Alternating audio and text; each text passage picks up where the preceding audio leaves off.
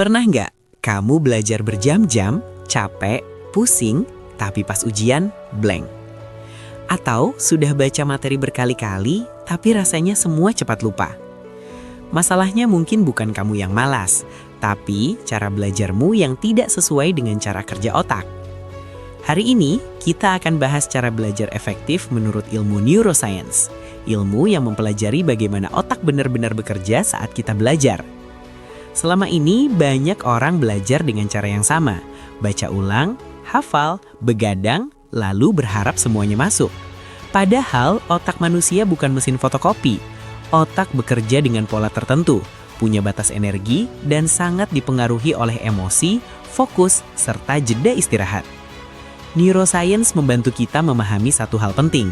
Belajar bukan soal lama waktunya, tapi bagaimana otak memproses informasi. Kalau kamu pelajar, mahasiswa, atau siapapun yang ingin belajar lebih cerdas, bukan lebih capek, video ini penting buat kamu. Pertama, otak belajar lebih baik saat fokus, bukan multitasking. Saat kamu belajar sambil buka chat, scroll media sosial, atau dengar notifikasi, otak sebenarnya tidak fokus ganda. Otak hanya pindah-pindah perhatian, dan setiap perpindahan itu menguras energi. Ibaratnya, kamu ingin mengisi air ke botol, tapi botolnya terus kamu goyang.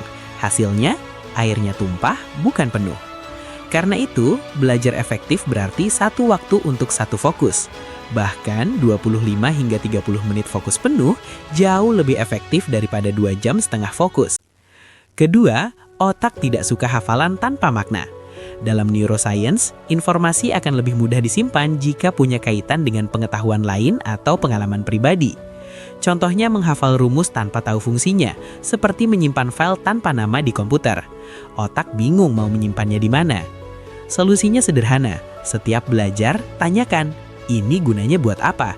Atau ini mirip dengan apa yang sudah aku tahu? Semakin banyak koneksi, semakin kuat ingatan. Ketiga, pengulangan lebih efektif jika diberi jarak.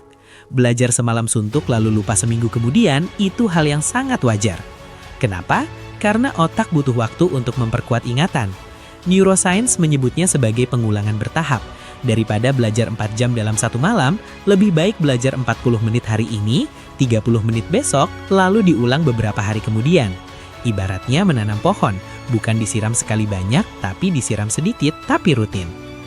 Keempat, emosi sangat mempengaruhi kemampuan belajar. Saat kamu stres, tertekan, atau takut gagal, bagian otak yang bertugas berpikir jernih justru melemah. Itulah sebabnya belajar sambil panik sering tidak efektif. Sebaliknya, rasa aman, penasaran, dan tertarik membuat otak lebih terbuka menerima informasi. Jadi, belajar efektif bukan hanya soal materi, tapi juga kondisi emosional saat belajar. Kelima, istirahat adalah bagian dari belajar. Otak tidak belajar saat kamu terus memaksa, tapi saat kamu memberi jeda. Saat istirahat, otak justru menyusun dan memperkuat informasi yang baru dipelajari. Itulah kenapa tidur cukup, jeda singkat, dan berhenti sejenak bukan tanda malas, tapi strategi biologis. Dari neuroscience, kita belajar satu hal penting. Belajar efektif berarti bekerja sama dengan otak, bukan melawannya.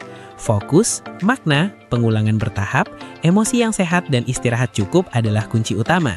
Bukan soal seberapa keras kamu belajar, tapi seberapa cerdas kamu menyesuaikan diri dengan cara kerja otakmu sendiri. Mungkin selama ini kamu merasa kurang pintar, padahal yang perlu diubah hanyalah caranya, bukan dirimu.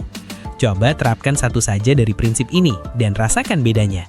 Kalau menurutmu video ini bermanfaat, silahkan like, subscribe, dan tuliskan di komentar cara belajar mana yang paling sering kamu lakukan selama ini. Sampai jumpa di video edukatif berikutnya.